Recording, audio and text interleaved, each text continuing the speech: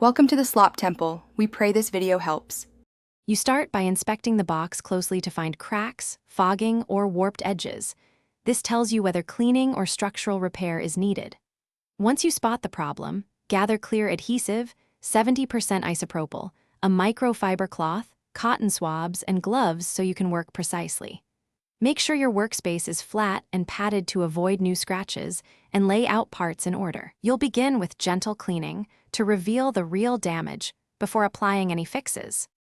You now remove residues that mask cracks or pits by wiping both inside and outside with 70% isopropyl.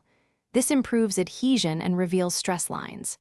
Next, for hairline cracks, apply a thin bead of clear adhesive into the seam and clamp lightly. Once set, remove excess with a cotton swab. If the plastic is cloudy rather than cracked, use a plastic polish or a very mild abrasive, working in circular motions until clarity returns. This restores appearance without weakening the material. You finish by sanding any uneven repaired edges with fine grit, then repolish to blend the repair with the surrounding surface.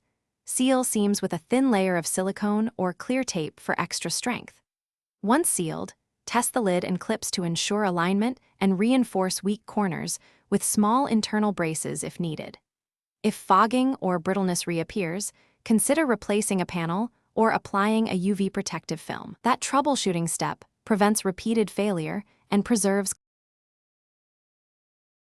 Thanks for watching. Consider subscribing if we helped you.